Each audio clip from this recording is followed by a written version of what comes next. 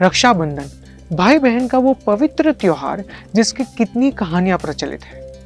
भगवान श्री कृष्ण जब भरी सभा में शिशुपाल का वध कर रहे थे तब अपने ही सुदर्शन चक्र से उनकी उंगली कट गई, खून बहने लगा।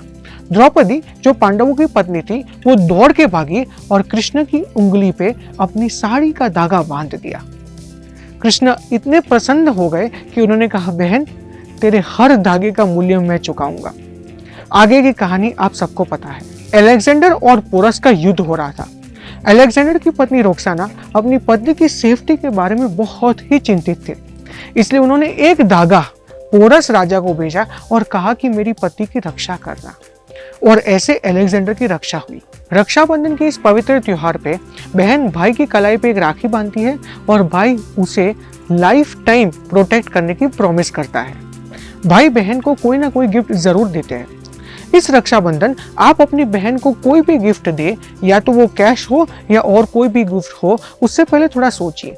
आप अपनी बहन को एक स्मार्ट गिफ्ट दे सकते हैं जिससे उनको लाइफ टाइम बेनिफिट होगा। आपके पास बहुत सारे ऑप्शंस हैं। इस वीडियो में अंत तक रहिए, मैं आपके साथ सारे ऑप्शंस डिस्कस करता हूँ। First is NPS. एनपीएस का फुल फॉर्म है नेशनल पेंशन स्कीम या नेशनल पेंशन सिस्टम। एनपीएस पर मैंने एक बहुत ही डिटेल्ड वीडियो बनाया है जिसको 4000 प्लस व्यूज मिले।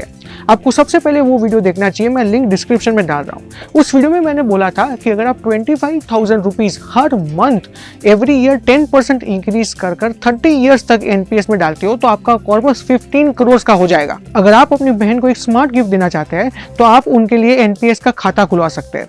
ऐसा जरूरी नहीं है कि एनपीएस के लिए एसआईपी ही करना पड़ता है। आप एक बार के लिए लम सम कुछ पैसा आपकी बहन के थ्रू एनपीएस में डाल सकते हैं, जो आपकी बहन के लिए बहुत ही अच्छा लाइफ टाइम इन्वेस्टमेंट रहेगा। एनपीएस के बहुत सारे बेनिफिट्स हैं। फर्स्ट, एनपीएस में जब पैसा डिपॉजिट होता है तो टैक्स एक्सेम्पशन मिलता है। मैच्योरिटी पे पैसा वापस आने पे भी टैक्स एक्सेम्पशन मिलता है। एनपीएस के रिटर्न्स रफली 11 to 12% के रेंज में होते हैं। एनपीएस का एक्सपेंस रेशियो मतलब कॉस्ट ऑफ इन्वेस्टमेंट बहुत ही कम रहता है, 0.1% के आसपास। दूसरा इंस्ट्रूमेंट है पीपीएफ। पीपीएफ का फुल फॉर्म है पब्लिक प्रोविडेंट फंड। ये एक फंड है जिसमें हर साल 1.5 लाख तक का पैसा इन्वेस्ट किया जा सकता है। ये इन्वेस्टमेंट टैक्स एक्सेम्प्टेड होते हैं, मतलब इसमें टैक्स बेनिफिट मिलता है। इस इन्वेस्टमेंट पे हर साल 7.1% इंटरेस्ट मिलता है, जो भी टैक्स फ्री होता है। ये इंटरेस्ट री इन्वेस्ट होता जाता रहता है। At the end of the PPF scheme जब पैसा आपको वापस मिलता है तब ये पैसा फिर से एग्जेम्प्ट होता है। मतलब from a taxation purpose this PPF investment is exempt for everything. PPF में किया गया इन्वेस्टमेंट 15 साल तक लॉक रहता है, मतलब it's a discipline savings scheme. उसके बाद आप 5-5 साल के ब्लॉक में इसको एक्सटेंड भी करवा सकते हैं। तीसरा ऑप्शन आपके लिए गोल्ड है। हाँ, मुझे पता है आप गोल्ड की कोई चीज देने का डेफिनेटली सोच रहे थे, या तो गोल्ड कॉइन या समथिंग लाइक दैट, लेकिन आपको अपने ऑप्शंस पता होने चाहिए। आप फिजिकल गोल्ड डेफिनेटली गिफ्ट कर सकते हैं, लेकिन आप डिजिटल गोल्ड भी गिफ्ट कर सकते हैं। डिजिटल गोल्ड बहुत ही सिंपल कॉन्सेप्ट है। आप कोई भी ज्वेलर की वेबसाइट जैसे कि तनिष्क हो गया, वहां जाकर गोल्ड में इन्वेस्ट कर सकते हैं। आपकी बहन को घर पे गोल्ड सेफ रखने की जरूरत नहीं है। जब भी उनको ये गोल्ड बेचना होगा, at a click of the button she will be able to sell this digital gold. अगर उनको ये डिजिटल गोल्ड फिजिकल गोल्ड में कन्वर्ट करना होगा, then also it is very easy to be done at a click of the button. अगर आपको digital gold में भी इन्वेस्ट नहीं करना for your sister, you can invest it in gold ETFs. Gold ETFs को आप पेपर गोल्ड मान सकते हो, जिसकी वैल्यू एक्चुअल गोल्ड के साथ ट्रैक्ड रहती है, और मैच्योरिटी पे जब वो लिक्विडेट होता है आपको जितनी गोल्ड की वैल्यू है उतनी गोल्ड की वैल्यू मिल जाती है, कुछ आसपास। अगर आपको गोल्ड ईटीएफ्स में भी इन्वेस्ट नहीं करना, then you can invest in sovereign gold bonds. Sovereign gold bond RBI issue करती है, जिसमें आपको 2.5% इंटरेस्ट पर ईयर मिलता है for every year till the maturity of the bonds. Bonds के मैच्योर होने पे गोल्ड प्राइसेस के अकॉर्डिंग आपको अपना पैसा वापस भी मिल जाता है। Fourth option for you is mutual funds.